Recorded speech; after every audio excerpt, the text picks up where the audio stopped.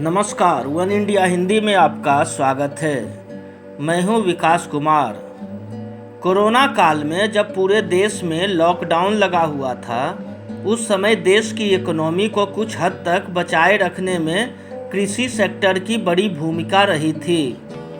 लेकिन अनलॉक के बाद धीरे धीरे इकोनॉमी का पहिया चल पड़ा है। अक्टूबर महीने में सरकार के लिए 3 अहम कारक राहत लेकर आए हैं।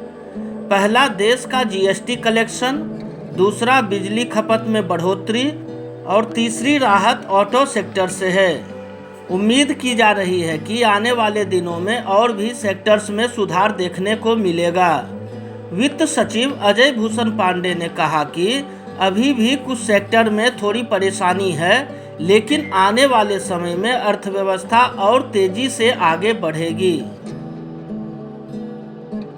देखिए, अगर हम देखें तो इकोनॉमी में जो मेजर जो इकोनॉमिक पैरामीटर्स हैं, जैसे electricity consumption, exports, even imports also, और जो इनडायरेक्ट टैक्स जो मैंने जीएसटी का बताया आपको, ई वे बिल, जीएसटी कलेक्शन, ये सब एक ओवरऑल इकोनॉमी के बारे में बताते हैं कि इकोनॉमी एक रिकवरी तक प्री कोविड लेवल तक करीब पहुंच गया है। ज़्यादातर सेक्टर्स में, कुछ सेक्टर्स अभी भी इम्पैक्टेड हैं और कुछ सेक्टर तो पॉजिटिव टेरिटरी में जा रहे हैं।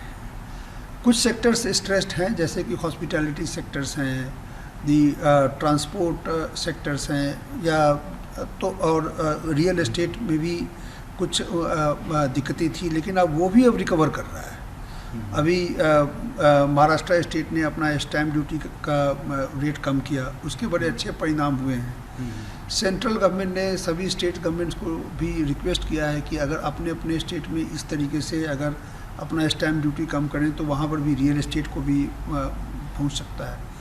तो अभी हम लोग हर सेक्टर का एक एनालिसिस हम लोग कर रहे हैं और ये कंटिन्यूअस प्रोसेस है। कोविड पैंडेमिक गया नहीं है, नंबर भले कम हो गए लेकिन गया नहीं है।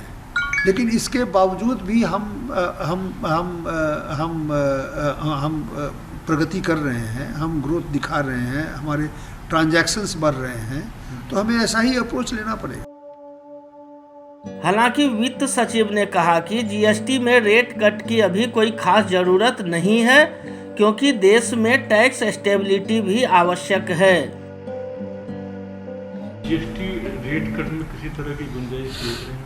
देखिए, जीएसटी के रेट कट और जो टैक्स का जो रेट कट है, ये हमें हमेशा ये सोचना चाहिए कि एक स्टेबिलिटी ऑफ रेट्स होनी चाहिए। हमने ये भी देखा है क्या कि ये लोगों में एक इस तरह का एक गलत कभी कभी एक इम्प्रेशन जाता है, धारणा रहती है कि जीएसटी के रेट कम करने से इकोनॉमी में कुछ एक बूस्ट आता है। अब देखिए कि मार्च महीने में हमने इन्वर्टेड ड्यूटी स्ट्रक्चर हटाया मोबाइल फ़ोन में, उसका रेट 12% से 18% कर दिया। और अभी पिछले 2-3 दिनों का अखबार देखें तो जितने भी मोबाइल फ़ोन कंपनियां हैं, बड़ी बड़ी कंपनियां हैं, उनके सबके जो मोबाइल फ़ोन का सेल्स है काफ़ी बढ़ा हुआ है। ऑटोमोबाइल सेक्टर में जस्ट अबाउट 1-1.5 महीना पहले काफ़ी एक इस तरह की बातें उठी थी कि जीएसटी और ऑटो सेक्टर को बड़े रेट कट की ज़रूरत है, उनको रेट कट करेंगे तो उससे उनकी सेक्टर को रिवाइव होने में मदद लगेगी। और आज ही देखिए कि इंडस्ट्री से ही उन लोगों का ये स्टेटमेंट है कि अब हम बड़ा अच्छा कर रहे हैं और हमें रेट कट की ज़रूरत नहीं है। तो ये चीज़ इसी चीज़ को दर्शाता है कि रेट कट करने से इंडस्ट्री को हमेशा फ़ायदा होगा, ये कोई ज़रूरी नहीं है। और उल्टा अगर हम बार बार रेट कट करें तो ये इकोनॉमी के लिए ठीक नहीं है।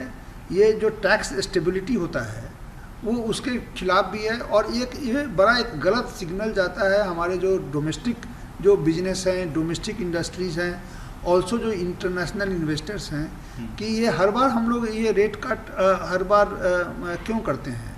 साल में एक बार कभी एक ओकेजन आना चाहिए जिसमें कि बड़े गहन अध्ययन करके और किस सेक्टर को क्या चीज़ की ज़रूरत है, कहाँ पर क्या रैशनलाइज करना चाहिए, उसके बारे में इस तरह का निर्णय होना चाहिए।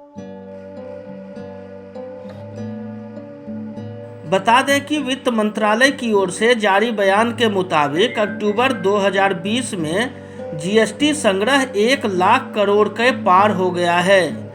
इस महीने कुल जीएसटी संग्रह 1,05,155 करोड़ रुपए रहा। इसमें सीजीएसटी का हिस्सा 19,193 करोड़ रुपए, एसजीएसटी का 5,411 करोड़ रुपए, आईजीएसटी का 52,540 करोड़ रुपए और 8,011 करोड़ रुपए का उपकर शामिल है। इस खबर में फिलहाल इतना ही। तमाम अपडेट्स के लिए बने रहिए वन इंडिया के साथ।